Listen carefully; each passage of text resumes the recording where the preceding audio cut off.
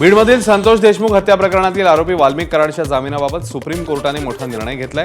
वाल्मिक कराडचा जामीन अर्ज सर्वोच्च न्यायालयाने फेटाळलाय। न्यायमूर्ती एम सुंदरेश यांच्यासमोर वाल्मिक कराडच्या जामीन अर्जावर आज सुनावणी झाली।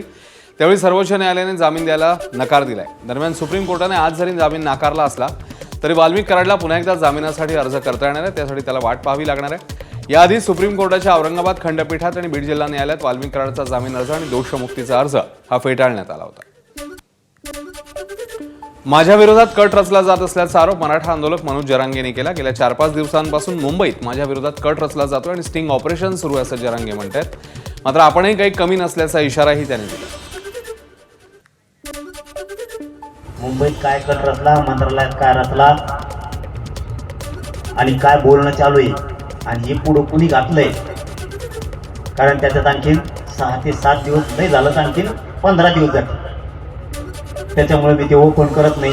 नंतर त्यांच्या तपास यंत्रणेला अडचणी मध्ये ते फुल तपास घेतात। लय मोठं ऑपरेशन एक सक्सेस होणार आहे। कमून हे माझ्या राऊंड कट रचतेच माहितीये का? मी फक्त तुमच्या गरीबाच्या लेकराचं काम करतोय म्हणून। गरीब मराठा मोठा होऊ नाही, मी संपलो, बस यांना मोकळीक मिळाली।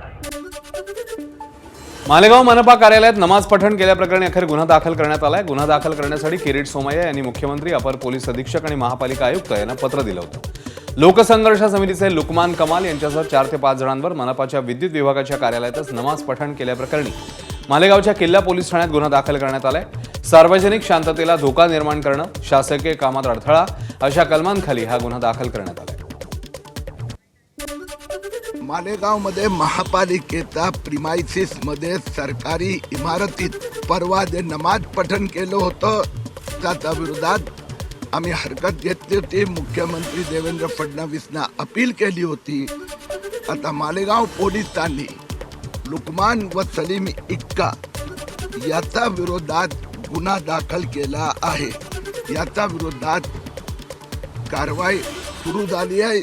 यांना लवकरच अटक होणार।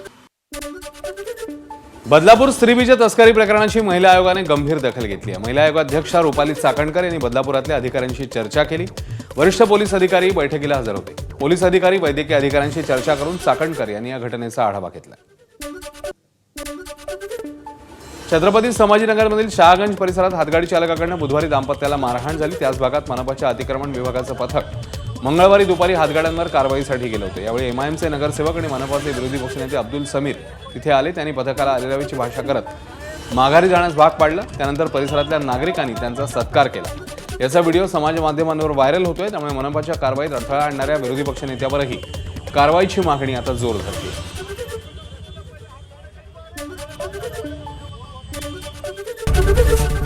एबीपी माझा, उघडा डोळे बघा नीट।